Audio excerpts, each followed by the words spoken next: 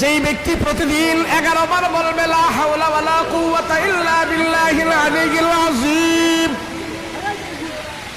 আস্তাগফিরুল্লাহাল্লাযী লা ইলাহা ইল্লা হুয়াল হাইয়ুল কাইয়্যুম ওয়া আতুবু ইলাইহি, লা হাওলা ওয়ালা কুওয়াতা ইল্লা বিল্লাহিল আলিয়্যিল আযীম।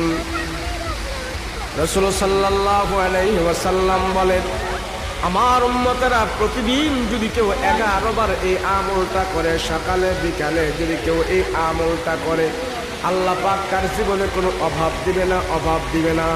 আল্লাহর রাসূল বলেন, তোমার অভাব যদি থেকেও থাকে, আল্লাহ তোমার অভাব দূর করে দিবে। সেই জন্য আমরা এই আমল করবো, রাজি আছে কিনা বলেন? সবাই আমরা ইস্তেগফার করব, ঘুমিয়ে যাওয়ার আগে আমরা সবাই 11 বার ইস্তেগফার করব। ইস্তেগফার পরে পরে আমরা ঘুমাইতে যাব। 11 বার ইস্তেগফার